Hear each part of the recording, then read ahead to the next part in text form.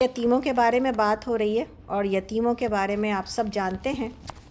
یتیم کے اوپر جتنی بھی بات کی جائے اتنا کم ہے کہ نبی صلی اللہ علیہ وسلم نے کہا کہ جو لوگ کہ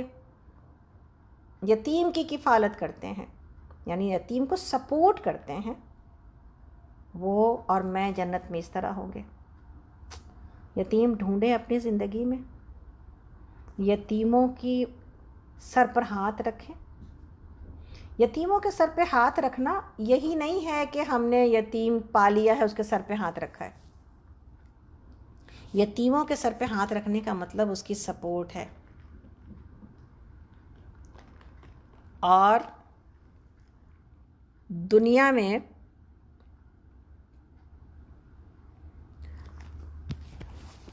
ایک 140 ملین یتیم ہیں۔ بھوک ہے، بے بسی ہے، ظلم ہے، لڑکے اور ایسے بچوں کے ساتھ جس کو سیکشول ابیوز کیا جاتا ہے، ایسے بچوں کی زندگی کیا ہوتی ہے؟ یتیم کو سپورٹ کریں اپنی زندگی میں، تاکہ اللہ کے نبی صلی اللہ علیہ وسلم کی رفاقت حاصل ہو۔ اپنی زندگی میں سے اپنے بچوں کو کھلانے، وہ بچے کیوں نہیں یاد آتے ہمیں جن کو یتیم سے بھی زیادہ بڑی بے بسی، ہم کہتے ہیں اللہ اکبر، یتیم کی بے بسی کو سوچو۔ اب تو اتنے، اس وقت تو کورونا کی وجہ سے آپ دیکھیں کتنے ہماری اپنی فیملی میں، کتنے آپ کی فیملی میں جو جہاں پہ جانتا ہے،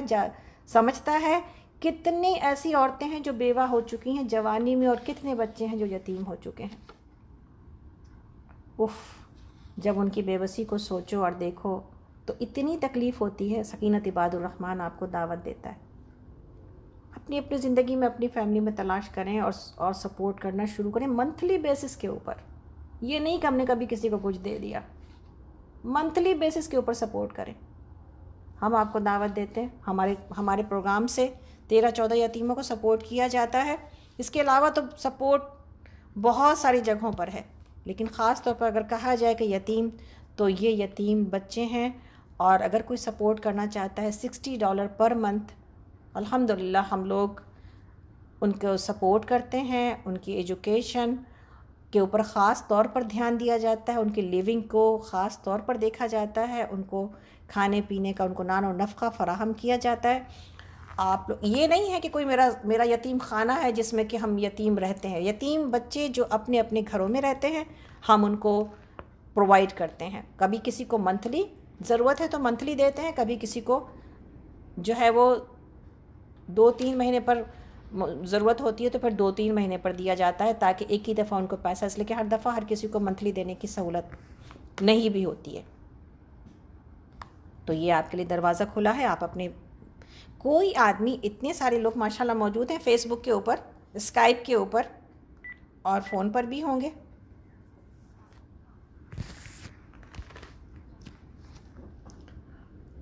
150 کے قریب لوگ۔ تو پھر یہ آپ میں سے اگر ہر کوئی ایک ایک یتیم کو سپورٹ کرنے لگے، اور کرتے ہوں گے، ہم یہ نہیں کہہ رہے کہ نہیں کر رہے ہوں گے، کرتے بھی ہوں گے، تو کتنا بڑا مسئلہ حل ہوگا، کتنا بڑا مسئلہ حل ہوگا انسانیت کا۔ تو اپنے بچوں کے اوپر، جب ہم اپنے بچوں کی خوشیوں کو دیکھتے ہیں اور سمجھتے ہیں، تو پھر ایسے بے بس لوگوں کی بھی خوشیوں کے بارے میں سوچنا چاہیے، ایسی عورتوں کے بارے میں سوچنا چاہیے۔ یقین جانے، ایک عورت جب بیوہ ہوتی ہے نا،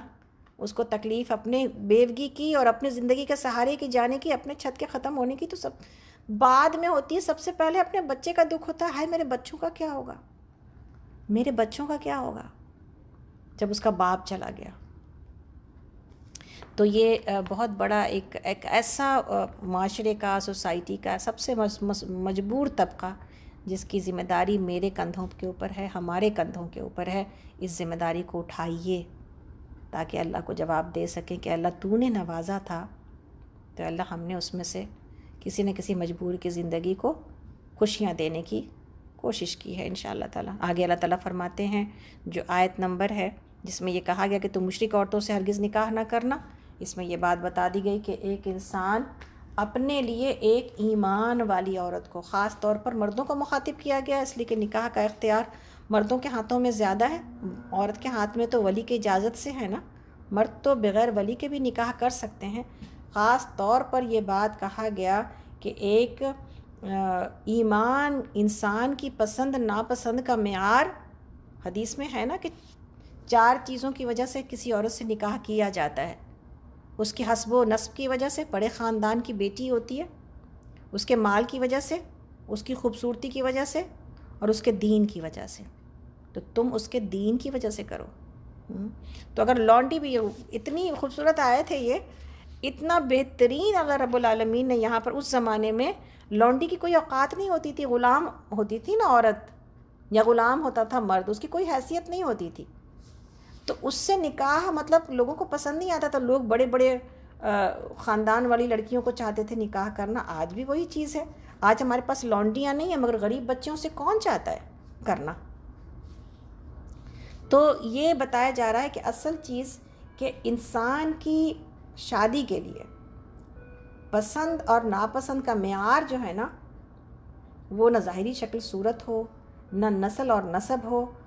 اور نہ آزادی اور غلامی، بلکہ ایمان اور عمل صالح۔ تو یہاں پر اس وقت ان کو بتایا جا رہا ہے، ہمیں بتایا جا رہا ہے کہ اس وقت کے لوگوں کو کہ قریش کی ایک شہزادی اور آج کے دور میں کسی بڑے سے بڑے باپ کی بیٹی تمہارے لیے 2 کوڑی کی ہے اگر ایمان کے زیور سے آراستہ نہیں ہے، اور افریقہ کی ایک کالی کلوٹی لونڈی یا کوئی اور ایسے غریب کی کوئی کالی کلوٹی بیٹی تمہارے لیے جنت کی حور ہے اگر اس کا دل ایمان کی خوبصورتی سے اور اسلام سے نورانی ہے۔ تو اسی طرح یہ بات بتائی جا رہی کہ یہ تو صحیح ہے کہ تم اپنی لڑکی کا ہاتھ ایک کسی غلام کے ہاتھ میں پکڑا دو اگر وہ ایمان کی دولت رکھتا ہو، اور کسی بڑے شہزادے کے سردار کو بھی اپنی بیٹی دینے سے انکار کر دو اگر وہ ایمان اور اسلام سے محروم ہے۔ تو یہ جو معاملہ ہے یہ بہت گہرا اثر رکھتا ہے، لوگوں کو سمجھ میں نہیں آتا۔ اس ماحول میں ہمیں اپنے بچوں کو سمجھانے کی ضرورت ہے کہ ہمارے بچے جو کہ یہاں کے بعض رنگ روپ کے اوپر یا جو ہے یہاں کے اسٹائل کے اوپر مر مٹتے ہیں، اور مسلمان لڑکیاں یا حجاب والی لڑکیاں اتنا ان کے دل کو نہیں بھاتی کہ یہ کیا، یہ تو پینڈو ٹائپ کی لڑکیاں ہیں نعوذ باللہ، حالانکہ اتنی اسمارٹ ہوتی ہیں، لیکن ظاہر ہے گوری چمڑی تو نہیں نا ہے ان کے پاس۔ تو اب یہ گوری چمڑی کی تلاش میں جو لڑکے پھرتے ہیں یا اسی پر ریجھتے ہیں، تو یہ بات سمجھنے کی ضرورت ہے کہ اصل چیز اس لیے نہیں ہے صرف کہ اللہ یہ پسند کرتا ہے، بلکہ اس لیے کہ بہت گہرا اثر پڑتا ہے آئندہ چل کے اپنی اولاد کے اوپر۔ یہ بات بعد میں سمجھ میں آتی ہے میں نے غلطی کہاں کی ہے، اب اس غلطی کو پلٹایا نہیں جا سکتا، کہ اس کے اثرات اتنے گہرے اور اتنے ڈیپ ہوتے ہیں، اس کا ایفیکٹ اتنا ڈیپ ہوتا ہے، اگر اس چیز کو انسان اہمیت نہ دے تو اپنے ہی خرچ کے اوپر ایک ایسی بلا لے کے آ جاتا ہے جو اس کی آئندہ نسلوں کے ایمان اور اسلام کا بالکل جڑی اکھاڑ کے پھینک دیتی ہے۔ تو شادی بیاہ کے تعلقات میں دیکھنے کی ضرورت ہے کہ انسان کہاں کر رہا ہے، اپنے بچوں کو سمجھانے کی ضرورت ہے۔ ہم نے اپنے دونوں بیٹوں کو یہ کہہ رکھا تھا، ہم بار بار یہ بات کہتے ہیں، ابھی بھی کہتے ہیں کہ بیٹا جب تھوڑا بڑے ہونے لگے، ہم نے کہا یہ ضروری نہیں ہے کہ تم میری پسند سے، ظاہر ہے یہاں پر بہت ساری چیزیں ہیں، اپنی پسند سے تمہاری پسند کو ہم اہمیت دیں گے، لیکن پسند سے پہلے یہ سوچ لینا کہ تم اپنی بیوی سے زیادہ اپنے بچوں کی ماں پسند کرنا، تبھی تمہارے بچے ویسے نکل سکیں گے جیسا تم چاہتے ہو، جیسی تمہاری تربیت ہوئی ہے، جو صحیح غلط ہم تمہاری طبیعتوں کے اندر ڈال سکیں، جس کی وجہ سے آج اگر تم بہت زیادہ نیک نہیں بھی ہو، تم کو نیکی کا پتہ ہے، تم کو برائی کا پتہ ہے، اور اللہ کا شکر ہے بہت ساری برائیوں سے جہاں آج کے دور کے بچے مبتلا ہیں، اللہ کا شکر ہے کہ ہمارے بچے بچے ہوئے ہیں، جو ماں باپ نے کوشش کی ہے، محنت کی ہے۔ تو اگر اپنے بچوں کو ان برائیوں سے بچانا چاہو گے تو سب سے پہلے اس کے لیے ایک ماں تلاش کرنی پڑے گی جو تمہارے بچوں کی وہ تربیت کر سکے۔ اور آپ دیکھیں کہ پیچھے پورے کا پورا جو ہے نا وہ موجود ہے، پورے کا پورا ہمارا وہ ایسی واقعات موجود ہیں، پوری تاریخ اس سے پٹی پڑی ہے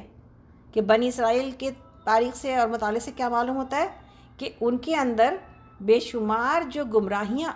آئیں ان عورتوں کے ذریعے سے پھیلیں جو دوسری بت پرست قوموں سے بیاہ کر لائے تھے۔ اسی طرح ہمارے ہاں مغل سلاطین نے جب ہندوؤں سے، راجاؤں سے شادیاں کی تو ان کی لڑکیوں کے ساتھ ان کے عقیدے بھی آئے، ان کے رسم بھی آئے، ان کے عبادت کے طریقے بھی آئے، سب اپنے گھروں میں گھسا لائے۔ آج بھی جو لوگ قوم اور مذہبوں کی جو ہے جو ان کے اندر فرق ہے اس کو ختم کرنے کے در پہ ہیں، کہتے ہیں بھئی ہندو لڑکی مسلمان لڑکے سے کر لے تو کیا، اور مسلمان لڑکی ہندو سے نعوذ باللہ کر لے تو کیا۔ تو اب تو یہ ہو رہا ہے، سب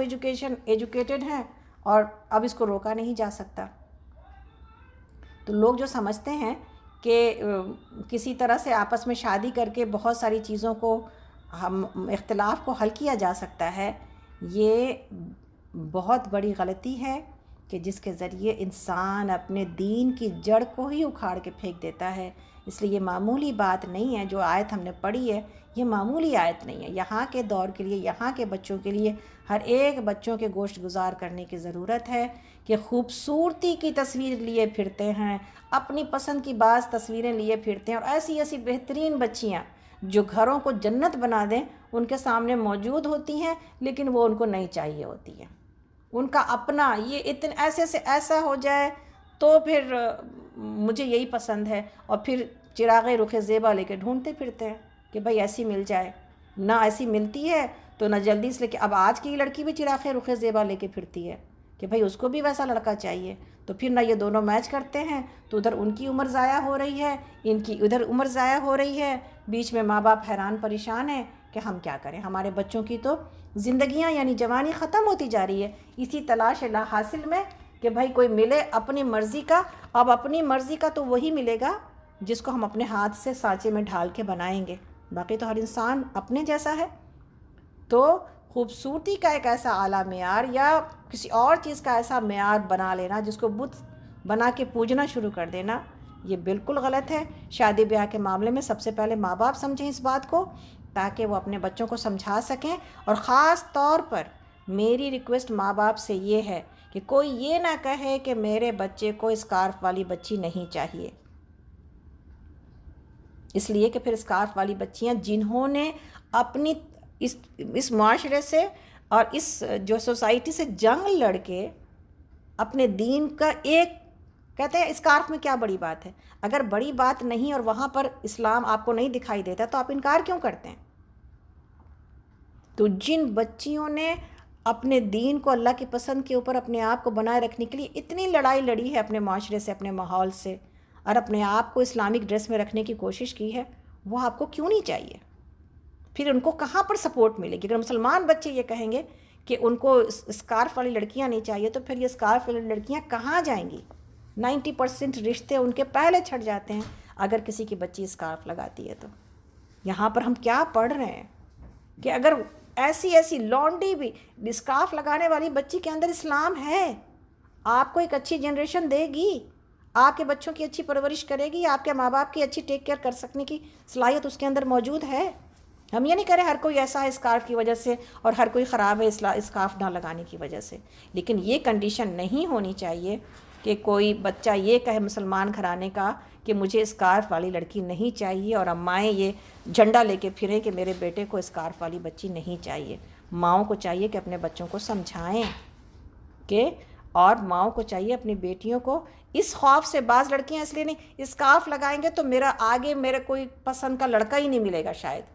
تو اللہ کے اوپر اعتماد کم ہے اور اپنے فیصلے کے اوپر اعتماد زیادہ ہے۔ تو اللہ رب العالمین ایسا بھی نہیں ہے کہ قسمت ہم اپنے ہاتھوں سے لکھ لیں گے اور ہم لوگوں کی مرضی کے مطابق زندگی گزارتے چلے جائیں گے تو دنیا یہ جنت بن جائے گی، نہیں، ایسا نہیں ہے۔ اللہ تعالیٰ ہی قسمت بناتا ہے، اور خوشیاں اور زندگی کی برکتیں یہ اللہ کے ہاتھ میں ہے، انسانوں کے ہاتھوں میں نہیں ہے۔ تو میری دونوں سے گزارش ہے، لڑکے والوں سے بھی اور لڑکی والیوں سے بھی اسلام کی نعمت اور دین کی سمجھ بوجھ دیں اپنی بچیوں کو، تاکہ آگے چل کے لوگوں کے حقوق پہچانیں، اپنے شوہر کا حق پہچانیں، اپنے ساسو سسر کا حق پہچانیں، اپنے سسرال کا حق پہچانیں، تاکہ ایک بہترین بہو، ایک بہترین بیوی اور ایک بہترین ماں بن سکیں۔ اور ہم اپنے بیٹوں کو اچھی تربیت دیں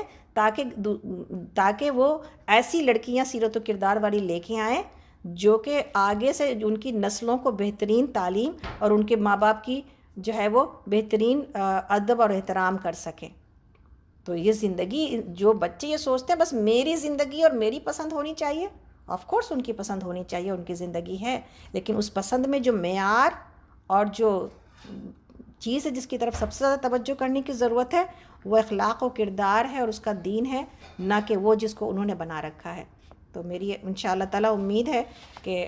ہم تو جن ماؤں کو تسلی یعنی نصیحت کرنے کی کوشش کر رہے ہیں، میرے تو خیر چلو دونوں کی ہو چکی، لیکن جن کو کرنے کی ہم نصیحت کر رہے ہیں سارے اچھے ہیں اور سب نے اسی طرح تربیت کی ہے، لیکن یہاں پر بات کہنے کا مقصد یہ ہے کہ ابھی بھی جن کے بچے چھوٹے ہیں ان کے دماغ روشن رہیں کہ انہیں آگے اپنے بچوں کو کس طرح تربیت دینی ہے اور آگے جو ہے وہ کیسے چلنا ہے، اور معاشرے میں جہاں کہیں پر بھی کسی سے انسان ٹکرائے اس کو یہ سوچ دے کہ اس کو آگے کیسے سوچنا اور کیسے چلنے کی ضرورت ہے۔ تو انشاءاللہ تعالیٰ ہمیں امید ہے کہ یہ آیت اگر سمجھ میں آ گئی تو ماشاءاللہ سے بہت ساری چیزیں، بہت ساری الجھنیں پوری ہو جائیں گی اور دور ہو جائیں گی انشاءاللہ۔ اور جو اس وقت غم ہے بہت سارے لوگوں کا کہ بچیاں بڑی عمر کی ہو رہی ہیں، بچے بڑے عمر کے ہو رہے ہیں اور شادیاں نہیں ہو رہی ہیں، تو انشاءاللہ اس تکلیف سے ماں باپ کو نجات اللہ تعالیٰ ہم سب کو دے اور ہم سب کے بچوں کی خوشیاں اللہ رب العالمین ہم سب کو دکھائے، آمین یا رب العالمین۔ آگے چلتے ہیں، آیت نمبر 222 ہے، سورۃ البقرہ، پارہ نمبر 2 ہے۔ پوچھتے ہیں حیض کا کیا حکم ہے؟ کہو وہ ایک گندگی کی حالت ہے، اس میں عورتوں سے الگ رہو اور ان کے قریب نہ جاؤ جب تک کہ وہ پاک صاف نہ ہو جائیں، پھر جب وہ پاک ہو جائیں تو ان کے پاس جاؤ، اس طرح جیسا کہ اللہ نے تم کو حکم دیا ہے۔ اللہ ان لوگوں کو پسند کرتا ہے جو برائی سے باز رہیں اور پاکیزگی اختیار کریں۔ تمہاری عورتیں تمہاری کھیتیاں ہیں، تمہیں اختیار ہے جس طرح چاہو اپنی کھیتی میں جاؤ، مگر اپنے مستقبل کی فکر کرو اور اللہ کی ناراضگی سے بچو۔ خوب جان لو کہ تمہیں ایک دن اس سے ملنا ہے، اور اے نبی صلی اللہ علیہ وسلم جو تمہاری ہدایت کو مان لیں انہیں فلاح اور سعادت کا مژدہ سنا دو۔ اللہ کے نام کو ایسی قسمیں کھانے کے لیے استعمال نہ کرو جن سے مقصد نیکی اور تقوی اور اللہ کے بندوں کی بھلائی کے کاموں سے رک جانا ہے۔ اللہ تمہاری ساری باتیں سن رہا ہے اور سب کچھ جانتا ہے۔ جو بے معنی قسمیں تم بلا ارادہ کھا لیا کرتے ہو ان پر اللہ گرفت نہیں کرتا، یعنی اللہ ان کو نہیں پکڑ کرتا ان کے اوپر، مگر جو قسمیں تم سچے دل سے کھاتے ہو اس کی باز پرس وہ ضرور کرے گا۔ اللہ بہت درگزر کرنے والا اور بردبار ہے۔ جو لوگ اپنی عورتوں سے تعلق نہ رکھنے کی قسم کھا بیٹھتے ہیں ان کے لیے 4 مہینے کی مہلت ہے، اگر انہوں نے رجوع کر لیا تو اللہ معاف کرنے والا ہے اور رحیم ہے، اور اگر انہوں نے طلاق ہی کی ٹھان لی ہے تو جانے رہیں کہ اللہ سب کچھ سنتا اور جانتا ہے۔ جن عورتوں کو طلاق دے دی گئی ہو 3 ایام ماہواری آنے تک، یعنی 3 پیریڈ تک اپنے آپ کو روکے رکھیں، اور ان کے لیے جائز نہیں ہے کہ اللہ نے ان کے رحم میں جو کچھ خلق یعنی جو بھی ان کے اندر کچھ بھی ایسی چیز موجود ہے بچے کی شکل میں اسے چھپائیں۔ انہیں ہرگز ایسا نہیں کرنا چاہیے اگر وہ اللہ اور روز آخر پر ایمان رکھتی ہیں۔ ان کے شوہر تعلقات درست کر لینے پر آمادہ ہوں تو وہ اس عدت کے دوران میں انہیں پھر اپنی زوجیت میں واپس لے لینے کے حقدار ہیں۔ عورتوں کے لیے بھی معروف طریقے پر وہی حقوق ہیں جیسے مردوں کے حقوق ان پر ہیں، البتہ مردوں کو ان پر ایک درجہ حاصل ہے، اور سب پر اللہ غالب اقتدار رکھنے والا اور حکیم اور دانا ہے۔ طلاق 2 بار ہے،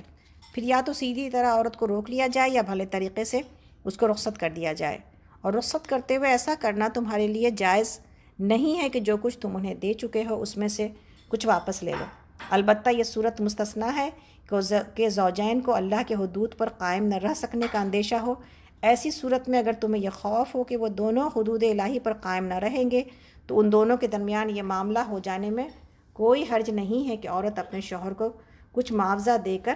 علیحدگی حاصل کر لے۔ یہ اللہ کے مقرر کردہ حدود ہیں، ان سے تجاوز نہ کرو، اور جو لوگ اللہ کے حدود سے تجاوز کریں وہی ظالم ہیں۔ پھر اگر 2 بار طلاق دینے کے بعد شوہر نے عورت کو تیسری بار طلاق دے دی تو وہ عورت پھر اس کے لیے حلال نہ ہوگی، الا یہ کہ اس کا نکاح کسی دوسرے شخص سے ہو اور وہ اسے طلاق دے دے۔ تب اگر پہلا شوہر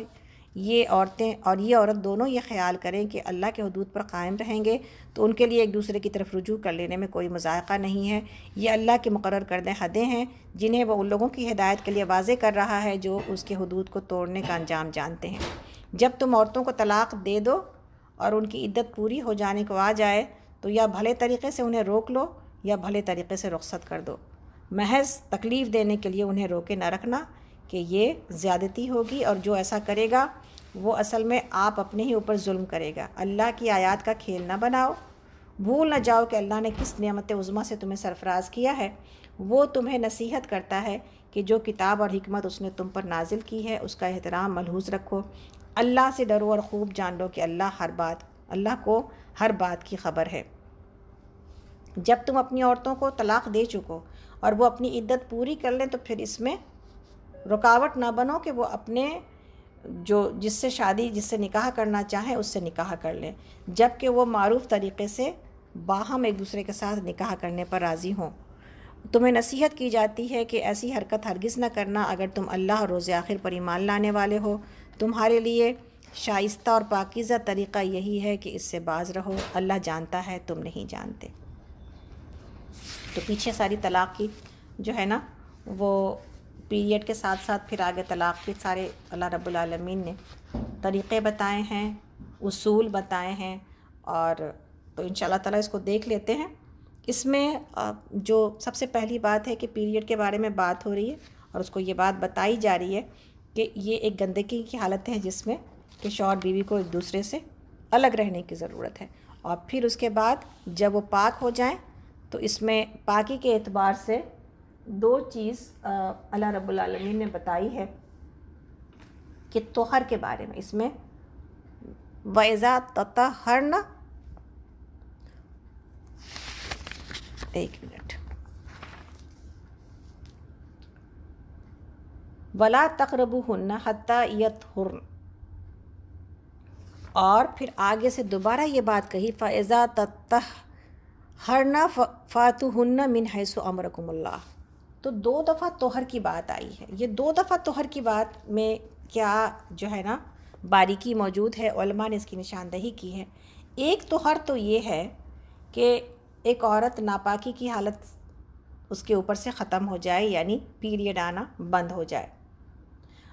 اور دوسری پاکی یہ ہے کہ ایک عورت نہا دھو کر کے بھی پاک ہو جائے۔ تو یہ دونوں صورتیں ضروری ہے ایک عورت کے لیے کسی بھی قربت کے لیے، اور اللہ رب العالمین نے یہاں پر یہ بات بتا دی کہ پھر تم ویسے آؤ جیسے اللہ نے تم کو حکم دیا ہے۔ اس سے مراد یہ بات ہے کہ جیسا فطرت کے اندر اللہ رب العالمین نے 2 جوڑوں کو جو فطرتی طور پر ایک علم اور ایک وحی ملی ہوتی ہے، جانوروں کو بھی یہ علم موجود ہوتا ہے، آپ دیکھیں تو انسانوں کو بھی جو علم ملا ہوا ہے اسے علم کے تحت جانا ہے، نہ کہ اس کے علاوہ کوئی اور جو ہے نا طریقہ اختیار کرنا ہے۔ اسی لیے علماء یہ کہتے ہیں کہ خاص طور پر جب لوگ قرآن کے بارے میں یہ کہتے ہیں کہ کہاں پہ منع لکھا ہے کہ اس کے علاوہ کوئی اور طریقہ اختیار نہیں کیا جا سکتا، تو جواب یہی آیت ہے کہ جب اللہ نے کہا کہ جہاں سے اللہ نے تم کو ودیت کر دیا، طبیعت کے اندر جو جگہ اور جو مقام، وہی تعلقات کا ذریعہ ہونا چاہیے اور وہی طریقہ ہونا چاہیے، نہ کہ اس کے علاوہ کوئی طریقہ ہونا چاہیے۔ تو ایک چیز تو یہ بات بتائی جاتی ہے۔ دوسری چیز یہ ہے کہ یہاں پر جب عورت کو کھیتی سے تشبیہ دی گئی ہے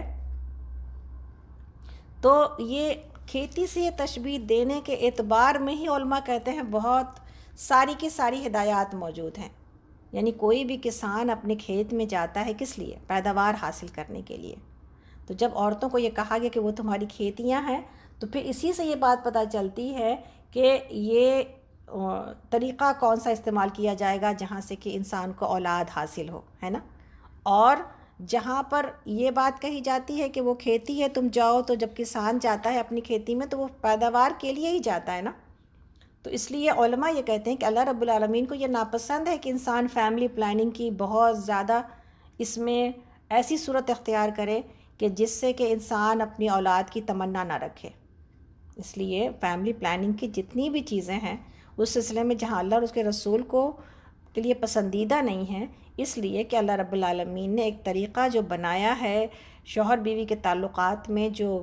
لطف ہے، جو ان کی زندگی میں جو سکون ہے، اس کو ذمہ داری کے اعتبار سے ہی باندھا ہے کہ ذمہ دار ہونا چاہیے کسی ایک عورت کو، ایک مرد کو، کہ تاکہ آگے سے اولاد ہو اور اس کی پرورش کی جائے اور آگے سے امت مسلمہ آگے بڑھے.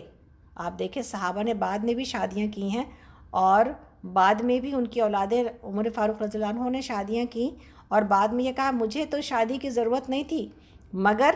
میں یہ چاہتا ہوں کہ اللہ کے نبی صلی اللہ علیہ وسلم نے کہا کہ تم اپنی اولاد میں کثرت تعداد کی وجہ سے تمہارا معاملہ، یعنی تم ایسی عورتوں سے شادی کرو جو زیادہ بچے دینے والی ہو. تو ہم لوگوں نے یہ سوال کیا تھا شیخ سے کہ شیخ یہ کیسے پتہ چلے گا شادی سے پہلے کہ کوئی عورت کے بچے زیادہ ہونے ہیں یا نہیں ہونے؟ تو انہوں نے کہا خاندان ہوتے ہیں بعض ایسے جہاں پر کہ بڑے بڑے خاندان ہوتے ہیں جہاں کی بچیاں ایسی ہوتی ہیں کہ اس سے پتہ چلتا ہے کہ وہاں پر ان کے اندر یہ صلاحیت زیادہ ہے. تو پھر ہمیں تو یہ کہا گیا کہ یہ ایسے تم امت کو اس طرح بڑھاؤ کہ میں تمہاری تعداد کے اوپر فخر کروں وہاں پر. اور آپ دیکھیں جن بچوں سے ہم پریشان ہوتے ہیں، آپ کو نہیں پتہ، آپ اگر پیچھے آپ جا کے دیکھیں کہ جہاں پر زیادہ تعداد ہوتی تھی بچوں کی، وہاں پر بعض بچے ایسے نکلتے تھے کہ انسان بعض اوقات اتنی تعداد کے بیچ میں ایک بچہ سب کے اوپر حاوی ہو جاتا تھا، یا اگر ایسا بھی نہیں ہوتا تھا تو بہت سارے بچے مل کر بہت سارے بچوں کی، یعنی اگر 8 اولاد ہے تو 4 اولاد ایسی ہے جو ماں باپ کے لیے بالکل اپنی جان دینے پر تلی پڑی ہے. ماں باپ کے لیے اتنی بڑی نعمت ہے، پورے خاندان کے لیے اتنی بڑی نعمت ہے. تو یہ شوق ہونا چاہیے، یہ فکر ہونی چاہیے، اللہ کے اوپر چھوڑنا چاہیے ان تمام چیزوں کو، اس لیے کہ اللہ تعالیٰ کہتے ہیں ہم تم کو بھی کھلاتے ہیں، ہم ان کو بھی کھلائیں گے. لیکن چند حالات کے اعتبار سے علماء نے اجازت بھی دی ہے، اگر انسان کوئی روک لگاتا ہے اس میں کچھ اجازت موجود ہے. مثلا عورت کی جان کو یا صحت کو خطرہ ہو تو اس کے لیے اجازت موجود ہے، تھوڑی سی فیملی پلاننگ اگر کوئی کر لے. دوسری چیز یہ ہے کہ 2 بچوں کے درمیان تھوڑا سا وقفہ ہو جائے، اس لیے کہ جو آج کل لائف اسٹائل ہے اس میں انسان جو ہے وہ بہت زیادہ خود ہی ذمہ دار ہو جاتا ہے. ایک فیملی، اس لیے کہ اب جوائنٹ فیملی سسٹم نہیں ہے کہ بچے دوسرے لوگ دیکھ لیں گے. تو اس سلسلے میں مطلب اس میں بھی ظاہر سی بات ہے کہ اجازت تو ہے لیکن اجازت کی حد تک، باقی کوئی اس اجازت کو اپنے لیے ہمیشہ کی ایک چیز سمجھ لے تو یہ بھی ممکن نہیں ہے اور نہ اس کو صحیح سمجھا جا سکتا ہے. اور تو وقفہ دینے کے لیے 2 بچوں کے درمیان. اسی طرح لیکن اس میں تیسری چیز کیا ہے کہ کسی بھی ایسی چیز کے استعمال سے پھر شریعت منع کرتی ہے اور حرام ہے جو کہ صحت کو نقصان پہنچائے، ہے نا. بعض ایسی دوائیں موجود ہوتی ہیں کہ بعض اوقات جس کے استعمال کی وجہ سے انسان کو بانجھپن آ جاتا ہے اور بعد میں کوئی لڑکی جو ہے وہ بچے پیدا کرنے کے لائق نہیں رہتی. تو یہ سب کچھ کے ساتھ ہوش و حواس کے ساتھ چلا جائے گا، نہ کہ اس کی وجہ سے انسان آنکھ بند کر کے کسی ایسے کنویں میں چھلانگ لگا دے کہ جس کے بعد پھر ہاتھ ملتا رہے اور کچھ بھی حاصل نہ ہو. تو یہ ان تمام چیزوں کے بیچ میں اعتدال بہت ضروری ہے. اسی طرح ہمیں یہاں پر اس بات سے روکا گیا کہ قسم کھانے کے اعتبار سے بہت زیادہ قسموں کا رواج اس دین میں نہیں ہے، اور خاص طور پر یہ بات سمجھ لینا بہت ضروری ہے کہ اللہ کے علاوہ کسی کی قسم کھانا شرک ہے. اس لیے صرف اللہ کی قسم کھائی جائے گی. تیرے سر کی قسم، میری اولاد کی قسم،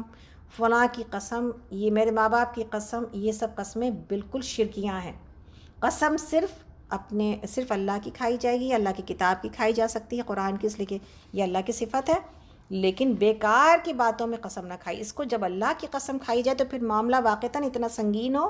جس کے اوپر قسم کھایا جا سکے. اللہ رب العالمین نے کہا کہ جب اللہ کی کھاؤ تو پھر تم اس کو بے معنی مت کھاؤ، اس کے پیچھے کوئی معنی موجود ہو، ہے نا. تو یہ قسموں کو اپنا تکیہ کلام نہیں بنانا چاہیے، اور قسم ایک بڑی چیز ہے اور اللہ کی قسم تو بہت بڑی چیز ہے، اس لیے اس کو ہوش و حواس میں کھانا چاہیے. اسی طرح یہاں پر یہ بات بتائی جا رہی ہے کہ عرب میں ایک رواج تھا کہ جب وہ اپنی بیویوں سے ایلا کر لیتے تھے تو ایلا کا مطلب یہ تھا کہ وہ یہ قسم کھا لیتے تھے کہ کچھ دنوں کے لیے وہ اپنی بیویوں سے تعلقات نہیں رکھیں، گویا ناراض ہو گئے۔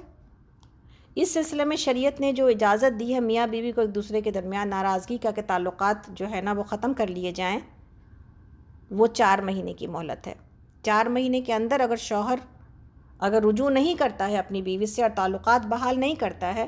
تو پھر اس سے اللہ رب العالمین نے پوچھا کہ یا تو پھر اگر تم کو نہیں پسند ہے تو یا تو اس کو طلاق دو یا پھر اس کے ساتھ زندگی کو دوبارہ سے ٹھیک کر لو۔ اسی طرح یہاں پر یہ بتایا جا رہا ہے کہ طلاق کے بعد جن لوگوں کو طلاق دی گئی، جن عورتوں کو، ان کو 3 پیریڈ ان کی عدت ہے، 3 مہینے عدت نہیں ہے۔ عام طور پر یہ کہا جاتا ہے کہ 3 مہینے عدت ہے، یعنی وہ اپنے آپ کو 3 مہینے روکے رکھیں گی، 3 مہینے کا وقفہ گزاریں گی، لیکن ایسا نہیں ہے، 3 پیریڈ عدت ہے۔ تو 3 پیریڈ اپنے آپ کو روکے رہیں، اس کے بعد جو ہے وہ اللہ رب العالمین نے ان کو دوسری شادی کی اجازت دی ہے کہ اس کے بعد وہ دوسرا نکاح کر سکتی ہیں۔ اور یہ جو 3 مہینے کی مہلت ہے یہ استبراء رحم کے، یعنی کہ اس کے اندر کوئی ایسی چیز موجود تو نہیں ہے، کسی پہلے شوہر کی کوئی نشانی کہ جس کو کہ وہ 3 مہینے کے اندر اس کا اظہار ہو جائے گا۔ اللہ رب العالمین نے اس بات کی بڑی حفاظت کی ہے، اور ہم دین میں اس بات کی بڑی اہمیت موجود ہے کہ ایک آدمی کا نسب جو ہے نا وہ خلط ملط نہ ہو جائے۔ ایک کسی کا نسب، جو بچہ کا باپ جو ہے وہ وہ بچہ اسی کا کہلائے، یہ بہت زیادہ اس کا خیال کیا گیا، اور یہی وجہ ہے کہ ہمارے پاس ایڈاپشن میں باپ کی جگہ پر کسی بھی جو آدمی جو اڈاپٹ کرتا ہے اس کا نام لکھانے کا، یعنی گارجین کے طور پر لکھوا سکتا ہے، لیکن باپ کی جگہ پر نہیں لکھوا سکتا۔ اپنا نام کوئی کسی منہ بولے بیٹے کو نہیں دے سکتا، اس کی گارجین کے لیے سپورٹ کے لیے دیا جا سکتا ہے، لیکن اس کی وراثت میں بھی حصہ نہیں ہے، اور باپ کے نام پر بھی اس کا نام نہیں لکھا جائے گا، یہ منع ہے۔ تو اللہ رب العالمین نے اس کی حکمت یہ بیان کی ہے۔ اسی طرح یہ بات بتائی جا رہی ہے کہ عورتوں کا حق اور مردوں کا حق اللہ رب العالمین نے اپنے اپنے طریقے سے یہ رکھا ہے، لیکن ایک چیز جو کہ بہت ضروری ہے جاننا کہ انسان جو ہے نا یہ نہ بھول جائے کہ اللہ رب العالمین نے مردوں کو عورتوں کے اوپر 1 درجہ زیادہ دیا ہے۔ یہ جو ہے نا یہ بہت ضروری ہے کہ اللہ رب العالمین نے یہاں پر یہ بات بہت اچھی طرح بتا دی ہے۔ عورتوں اور مردوں کے حقوق کے بارے میں بہت ساری باتیں پہلے بھی ہوتی رہی ہیں۔ تو اسلام ایک ایسا دین ہے جس نے کہ دونوں کے حقوق کی حفاظت کی ہے۔ پیچھے سے جب ہم عورتوں کے آج کی زندگی یعنی ویسٹرن کنٹری کے حقوق دیکھ کے یا کہیں پر اور نئی جو ہے وہ تہذیب کی چمک دمک دیکھ کے ہم کو یہ لگتا ہے کہ وہ اسلام میں تو عورتوں پر یہاں بھی بندش ہے، وہاں بھی بندش ہے، وہاں بھی بندش ہے، لیکن جب آج سے 1400 سال پہلے جب اسلام آیا تھا تب اگر اس کو اٹھا کے دیکھیں تو آپ کو پتہ چلے گا کہ عورتوں کو کس طرح جانوروں کی طرح ٹریٹ کیا جاتا تھا، اور کس طرح جو ہے نا ان کی کیا حالت تھی معاشرے میں، کسی انسان کی زندگی میں اس کے پاس کوئی حق نہیں ہوتا تھا۔ تو بیٹی کو زندہ کرنے والا کون ہے؟ وہ بیٹی جس کو کہ زندہ دفن کر دیا جاتا تھا، اس کو زندگی کس نے دی ہے؟ اس کے حقوق کی حفاظت کس نے کی ہے؟ اس کو اپنے باپ کے سائے کے نیچے رحمت کس نے بنایا ہے؟ اور اس کے لیے جنت کا وعدہ کس نے دیا ہے؟ اور اس کے جو ہے نا شوہر کو اس کو سرپرستی کے لیے کس نے آمادہ کیا ہے؟ اور اس کو ماں بننے کے بعد 3 درجہ حق کس نے دیا ہے؟ اور وراثت میں سے حق کس نے دیا ہے؟ یہ سب کچھ اسلام نے دیا ہے۔ اسلام نے عورتوں کو زندہ کیا ہے اور زندگی دی ہے، لیکن چند کنڈیشن تو اس میں لگائے گئے ہیں نا۔ جب ہم غلام تھے تو یہ نہ بھول جائیں کہ غلام سے اللہ نے آزادی ہمیں دی ہے، لیکن اس کے ساتھ جو میرے فائدے کے لیے اور معاشرے کے فائدے کے لیے جو چیزیں ہیں، سوسائٹی کو ہم اس فتنوں سے بچانے کے لیے جو چیزیں ہیں اس میں ضرور اس کو روکا گیا ہے، اور اس میں ہمارا ہی فائدہ ہے اور ہماری ہی عزت و آبرو محفوظ ہوتی ہے اور ہم ہی پروٹیکٹڈ رہتے ہیں۔ لیکن اگر کسی کو سمجھ میں نہ آئے تو پھر جو نقصان ہوتا ہے وہ سب کو پتہ ہے۔ تو مرد اور عورت کے حقوق کے اعتبار سے یہاں پر بہت تفصیل تو ہم نہیں جا سکیں گے، لیکن یہی آپ سب کو پتہ ہے، اور آپ سب کو پتہ ہے کہ نبی صلی اللہ علیہ وسلم کی وہ حدیث ہیں کہ جس میں مرد کو یہ سکھایا گیا، جس کا مفہوم یہ ہے کہ 1 دینار وہ ہے جس کو کہ تم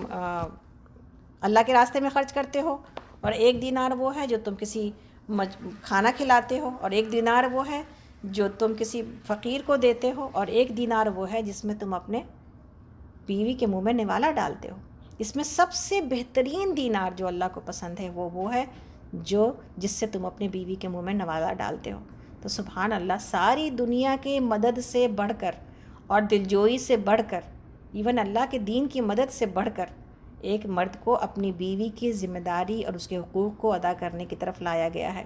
اور آخری خطبے میں خاص طور پر مردوں کو خطاب کر کے نبی صلی اللہ علیہ وسلم نے عورتوں کے حقوق اور بیویوں کے حقوق سمجھائے ہیں، اور ہر جگہ پر اس کو گھر کی رانی ملکہ بنا کے رکھا گیا ہے. تو لیکن جب یہ بات آتی ہے کہ اگر درجات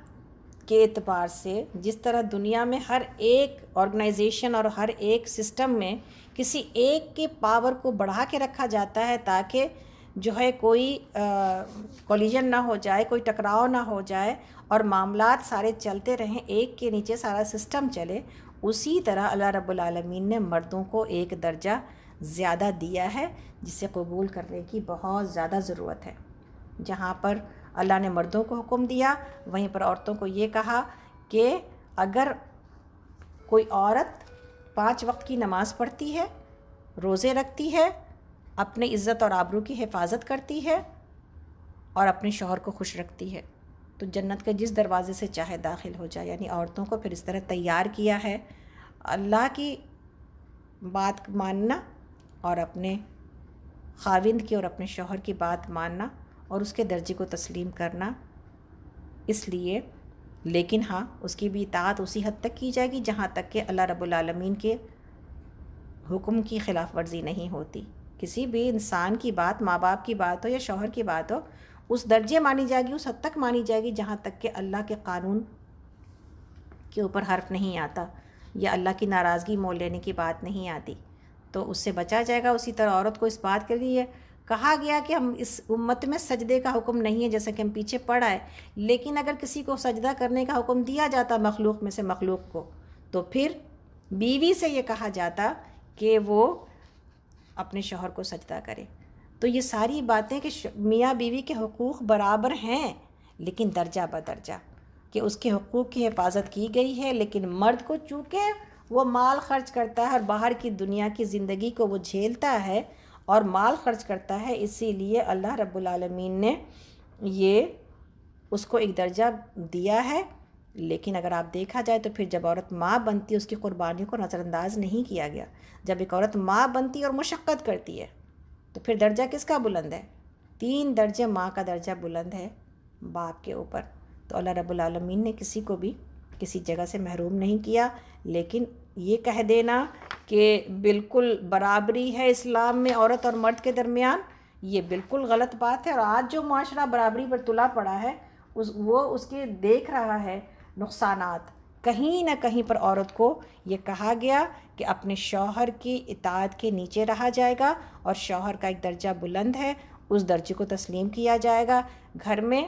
جو ہے وہ شوہر کی بات مانی جائے گی. اپنی بات ہم منواتے ہیں لیکن اس کے طریقے لڑائی اور جھگڑے کے نہیں ہیں، اس کے طریقے محبت اور دلائل کے ہیں انشاءاللہ تعالیٰ، اور لوگ مانتے ہیں الحمدللہ. لیکن اس بات کے اوپر جو آج کی جنریشن اس بات کے اوپر جو ڈل گئی ہے کہ 99% شوہر میری بات مانے اور اگر ایک بات نہیں مانتا تو لڑکیوں کے مزاج بگڑ جاتے ہیں، یہ بات صحیح نہیں ہے. یا کوئی شوہر کہے کہ 99% میری بات ماننی ہوگی،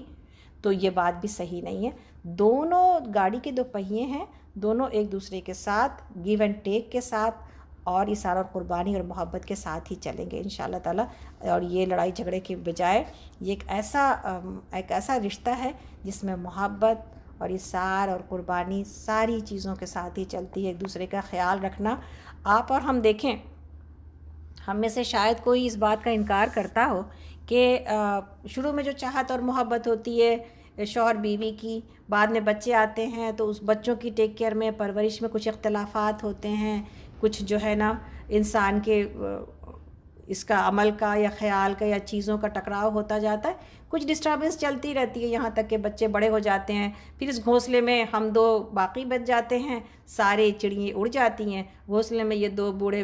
بوڑھے لوگ باقی بچ جاتے ہیں. اس وقت جو ضرورت شوہر کی ہے بیوی کو اور بیوی کی ہے شوہر کو، کوئی ایک چلا جائے، اس وقت پتہ چل رہا ہے سب کو کہ اس وقت آ کے پتہ چلتا ہے کہ یہ جو جوڑا اللہ نے میرا بنایا تھا اس کی اہمیت میری زندگی میں کتنی ہے، چاہے وہ بیوی کی شکل میں ہو چاہے وہ شوہر کی شکل میں ہو، کہ اب وہی میری طاقت اور میری قوت ہے، وہی میرا سہارا ہے اللہ کے بعد، کہ جس کے ساتھ میں اپنے گھر میں رہتی ہوں۔ اور یہ رحمت اور ہمدردی یہ آتی ہے اور آنی چاہیے، یہ نہ ہو کہ بڑھاپے میں میاں بیوی سوائے لڑائی کے کچھ اور ان کو سجھائی نہ دے۔ ہمارے پاس تو ایسا بہت ہوتا تھا، ہم لوگ دیکھے ہوئے یہ سارے قصے، کہ بڑھاپے میں کسی کو کسی کی بات اچھی نہیں لگتی، لیکن ہم ایسے سمجھدار لوگ ہونے چاہیے کہ جب اہمیت کا پتہ چل جائے، اور یہ بات پہلے کے زمانے کے مرد اگر لڑتے تھے یا عورتیں لڑتی تھیں ان کے پاس بچوں کی طاقت ہوتی تھی، رشتہ داروں کی طاقت ہوتی تھی، ہمارے پاس کچھ بھی نہیں ہے، نہ ہمارے پاس رشتہ دار ہیں نہ ہمارے پاس بچے ہیں، تو ہمارے پاس سوائے صلح کرنے کے، آگے ہم چلیں گے سورہ نور میں، اس کے پہلے بھی صلح ہے، لیکن اب ایک دنیاوی اعتبار سے جو کچھ چیزیں آتی ہیں اس کو ہم سمجھانے کی کوشش کر رہے ہیں یہاں پر، کہ سوائے صلح کے کوئی دوسری چیز موجود ہی نہیں ہے کہ ہم اس کے بغیر کوئی اور قدم اٹھائیں۔ تو اللہ رب العالمین جو یہ اللہ کی طرف سے جو ہمیں جو ساتھ ملا ہے، اور حدیث میں ہے کہ کوئی عورت اپنے شوہر کے اس احسان کو، کہ اس نے اس کو سپورٹ کیا ہے، چھت فراہم کی ہے، اور اس کے لیے کماتا رہا ہے، اس کو کھلاتا رہا ہے، اور اس کے بچوں کی ٹیک کیئر کرتا رہا ہے، اس نے اپنی جوانی اور اپنی ہڈی کھلا دی ہے، تو کوئی عورت جو ہے اگر شوہر کے حق کو ادا کرنا چاہے تو ادا کر ہی نہیں سکتی، اور اس کی مثال بھی دی گئی ہے۔ حالانکہ یہ مثال ایسا ہمارے شریعت میں اجازت نہیں ہے اس بات کی کہ کوئی جو ہے کسی کے جسم کو اس طرح سے جو ہے وہ کرے حرکت، لیکن ایک مثال کے طور پر سمجھایا گیا کہ اگر شوہر کے جسم کے اوپر ایک زخم نکل آئے اور اس کی تکلیف سے کو راحت دینے کے لیے بیوی یہ سمجھے کہ جی میں اگر زبان سے اس کو سہلاؤں گی تو ہاتھ سے بھی سہلانے سے تکلیف ہو رہی ہے، تو زبان سے اگر میں سہلاؤں تو اس کو کچھ آرام آئے گا، تبھی بھی یہ عمل بھی کر کے اگر وہ اس کو راحت دینے کی کوشش کرے گی تبھی بھی وہ حق کو ادا نہیں کر سکتی جو شوہر کا اس کے اوپر موجود ہے۔ اور خاص طور پر عورتوں کو یہ کہا گیا کہ ناشکری کے بنیاد پر اور چھوٹی چھوٹی باتوں پر ناراض ہو کر کے انسان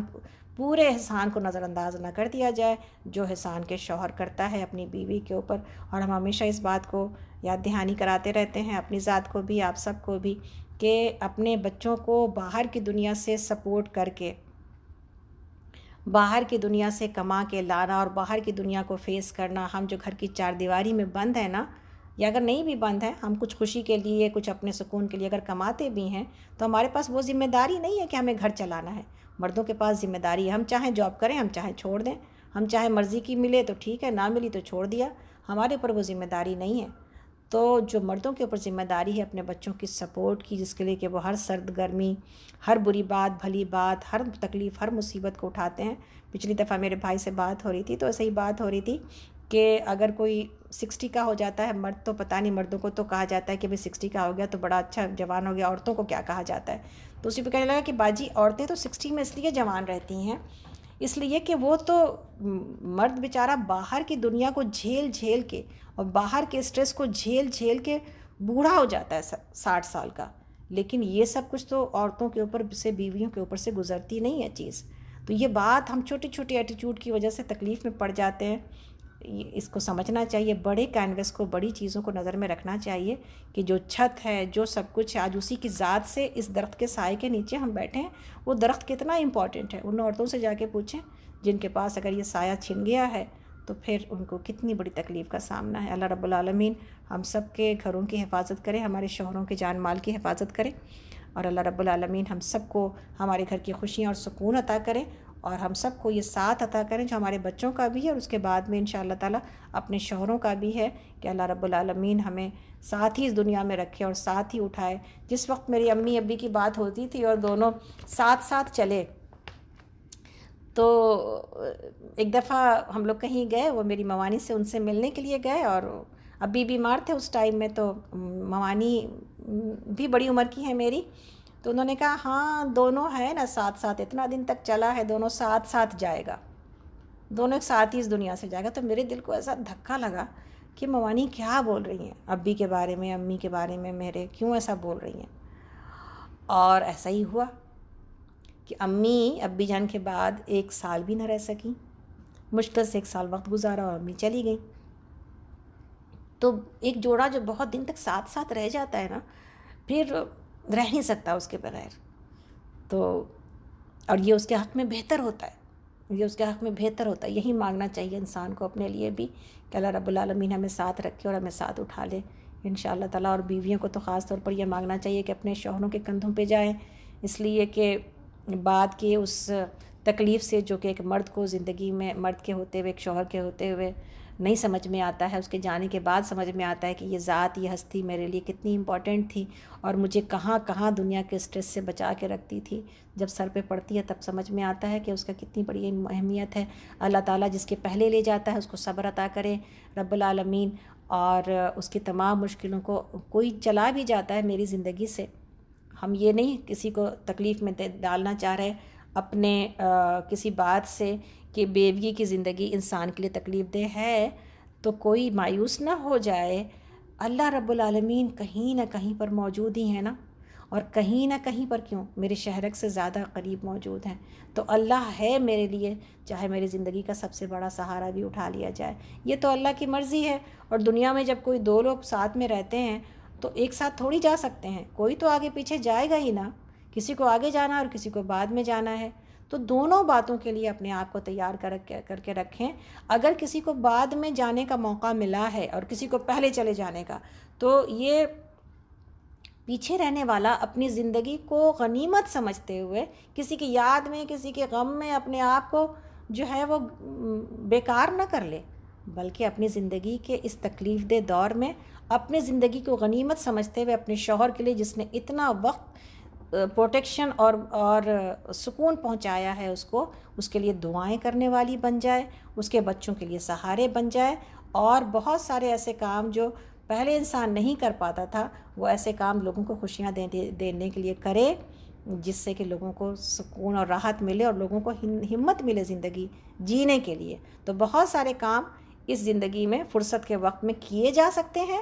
جو کہ اب ماشاءاللہ کتنے سارے لوگ انسٹیٹیوٹ جوائن کر کے پڑھائی کر رہے ہیں. آپ دیکھیں اس سے اچھا وقت اور کیا ہو سکتا ہے کہ انسان نے اپنی زندگی کو دنیا کے سب سے بہترین کام میں، خیرکم من تعلم القرآن وعلمہ، کہ تم میں سب سے بہترین ہیں وہ لوگ جو قرآن کا علم سیکھیں اور سکھائیں. تو اس کام میں لگا لیا جائے اپنے آپ کو، تاکہ انسان جو ہے نا وہ اپنے وقت کو زیادہ سے زیادہ فائدہ مند کام میں اپنے لیے بھی، اپنے والدین کے لیے بھی، اپنے شوہر کے لیے بھی انشاءاللہ تعالیٰ بنا لے. اسی طرح یہاں پر انشاءاللہ تعالیٰ اس بات کو ہم لوگ دیکھ لیتے ہیں جلدی سے کہ عورتوں کو طلاق دینے کے وقت میں جب 3 عدت گزارنے کے بعد طلاق کے بارے میں بات کی گئی ہے، اس میں یہ کسی طرح جائز نہیں ہے کہ جو چیز، جو گفٹ شوہر کسی بیوی کو دے چکتے ہیں تو پھر وہ اس کو رخصت کرتے وقت اس کو واپس لے لیا جائے. اسی طرح یہ بھی ہے کہ ان کی جو عدت جو کہ 3 پیریڈ ہے اس بیچ میں طلاق دی جائے، اور پیریڈ کے بیچ میں جو طہر کا دور ہوتا ہے، پاکی کا دور ہوتا ہے، اس میں طلاق دینے کی بات ہے. اور طلاق دینے کا طریقہ یہ ہے کہ ایک طلاق دی جائے گی ایک وقت میں، پھر اس کے بعد اگر 2 مہینے کے اندر، 3 پیریڈ کے اندر شوہر رجوع کر لیتا ہے تو پھر ٹھیک ہے، ادروائز اگر 3 پیریڈ گزر جائے تو طلاق ایک ہو جاتی ہے اور دونوں میاں بیوی کو الگ کرنا پڑے گا. لیکن ایک وقت میں دی گئی 3 طلاقیں ایک ہی طلاق ہوتی ہے.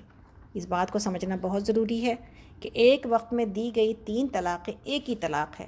تو اس ایک طلاق کی وجہ سے جو فیملیز کو الگ کر دیا جاتا ہے یہ صحیح نہیں ہے، اور سنت سے ثابت ہے یہ بات کہ نبی صلی اللہ علیہ وسلم کے زمانے میں جو ایک وقت میں جب 3 طلاقیں دی جاتی تھیں ان کو ایک ہی شمار کیا جاتا تھا. تو انشاءاللہ تعالی ہمیں امید ہے کہ طلاق کے اعتبار سے جو تفصیلی علم ہے وہ تو یہاں پر مطلوب نہیں ہے، لیکن ایک تھوڑا سا اجمالی بات کہ طلاق کس طرح دینی ہوتی ہے، طلاق کے بعد عدت کتنی ہے، اور طلاق کے اندر جو ہے نا وہ کس طرح رجوع کا حق حاصل ہوتا ہے. اور اگر طلاق کے بعد کوئی عورت اپنے عدت گزارنے کے بعد اگر کسی سے شادی کرنا چاہتی ہے، ایک شادی شدہ عورت، سب سے پہلے تو یہ ہے کہ ایک طلاق شدہ عورت کی دوسری شادی کرنے کی فکر فیملی کو کرنی چاہیے.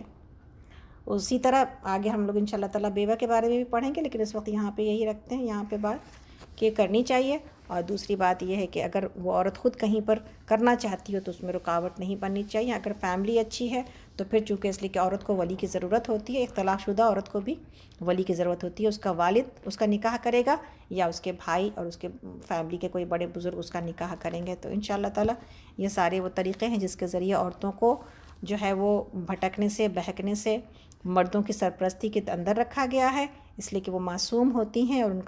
ان کو کوئی بہت آسانی سے اپنے جال میں پھنسا سکتا ہے. اس لیے عورت کو اور لڑکی کو ولایت ضروری ہے کہ اس کے ولی کے ذریعے ہی نکاح ہوگا،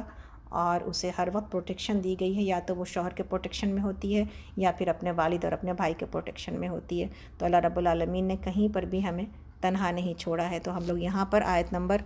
232 تک انشاءاللہ تعالیٰ اپنی بات کو یہاں پر مکمل کرتے ہیں. آگے منڈے سے ہم لوگ انشاءاللہ تعالیٰ اس کے آگے چلیں گے. تو اللہ سے دعا ہے کہ اللہ رب العالمین اللہ تعالیٰ آپ سب کو، جو لوگ کے ماشاءاللہ موجود ہیں اور جو لوگ کے اسکائپ پر موجود ہیں اور فیس بک پر موجود ہیں اور میرے ساتھ فون پر موجود ہیں، آپ سب نے جو وقت لگایا، اللہ رب العالمین آپ سب کو اس وقت کا بہترین اجر سے نوازے انشاءاللہ تعالیٰ. آج جو آیات ہم نے آپ کو لکھائی ہیں اپنی نصیحت کے لیے ضرور اپنے پاس رکھیے گا، کہ جس میں کہ ہم نے یہ سیکھا کہ کس طرح اللہ کے راستے میں خرچ کیا جائے گا. ہم نے یہ سیکھا کہ کس طرح جو ہے وہ انسان جنت کو آسان نہ سمجھے، کس طرح جنت کے لیے، اللہ کی رضا کے لیے اپنے آپ کو کھپایا جائے گا. ہم نے یہ سیکھا کہ کس طرح جو ہے وہ انسان کی زندگی میں کوئی بھی معاملات آئیں تو سارے معاملے کو اللہ کے سپرد کیا جائے، اور مشکل ترین حالات میں بھی اللہ سے حسن ظن رکھا جائے کہ کس طرح مشکل ترین حالات بھی اگر میری زندگی میں آئے ہیں تو انشاءاللہ تعالیٰ وہ اللہ کی طرف سے ہیں، اور اللہ تعالیٰ اس میں سے ضرور کوئی خیر نکالیں گے. تو ہر شر کے اندر خیر موجود ہے، ہمیں معلوم ہو، ہمیں دکھائی دے یا نہ دکھائی دے، یہ بات بعد میں پتہ چلتی ہے. اور مجاہد بنا جائے گا اللہ کے راستے کا، کہ اللہ کی مرضی کے مطابق ہی زندگی گزاری جائے گی، اور اللہ کے دین کو اپنی ذات کے اوپر اور دنیا کے اوپر اپنے اطراف میں تک لوگوں کو تک یہ بات پہنچائی جائے گی. اسی بات کے لیے آپ سب مجاہد ہیں ماشاءاللہ. ہم ہمیشہ یہ بات کہتے ہیں ریکارڈنگ کو آگے بڑھائیں انشاءاللہ. ریکارڈنگ آپ کو ہر دفعہ دی جاتی ہے، آپ اس ریکارڈنگ کو آگے بڑھائیں. اسی طرح ہمیں یہ بات ہم کو پتہ چل گئی کہ اپنے بچوں کو شادی کے اعتبار سے ہمیں کس چیز کی طرف توجہ دلانے کی ضرورت ہے. بہت سارے احکامات ہیں، ظاہر سورہ بقرہ پڑھ رہے ہیں. اللہ رب العالمین سے اس دعا کے ساتھ کہ جو کمی کوتاہی ہے اللہ اس کو معاف کرے، اور جو صحیح بات ہے اللہ رب العالمین ہم تک ہمارے دلوں میں اتار دے. اللہ رب العالمین ہم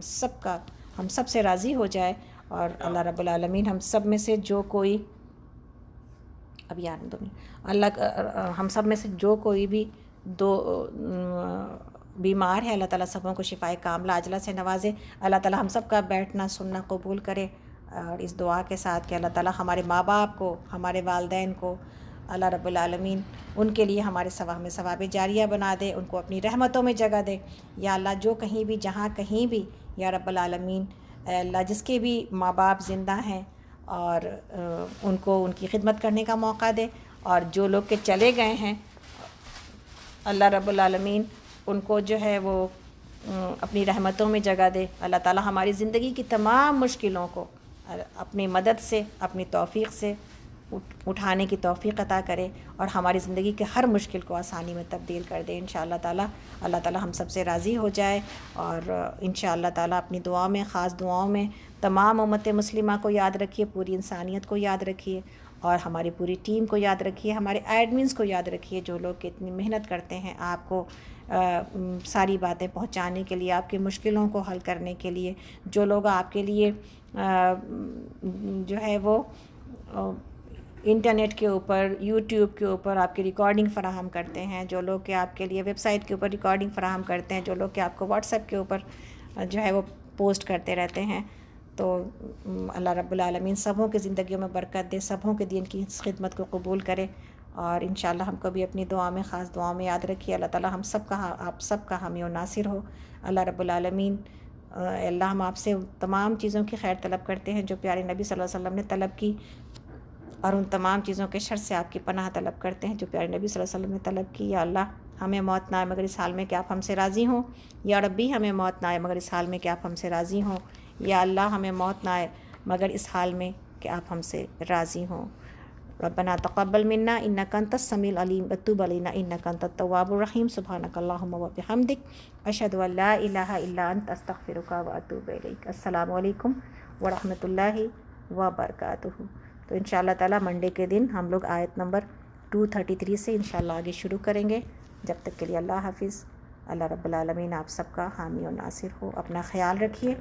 اور انشاءاللہ تعالیٰ شعبان کی تیاریوں میں رہیں اور تلاوت قرآن جاری رکھیں انشاءاللہ، اور روزے بھی زیادہ سے زیادہ رکھنے کی کوشش کریں جیسا کہ نبی صلی اللہ علیہ وسلم کا معمول تھا شعبان کے اعتبار سے۔ السلام علیکم ورحمۃ اللہ وبرکاتہ۔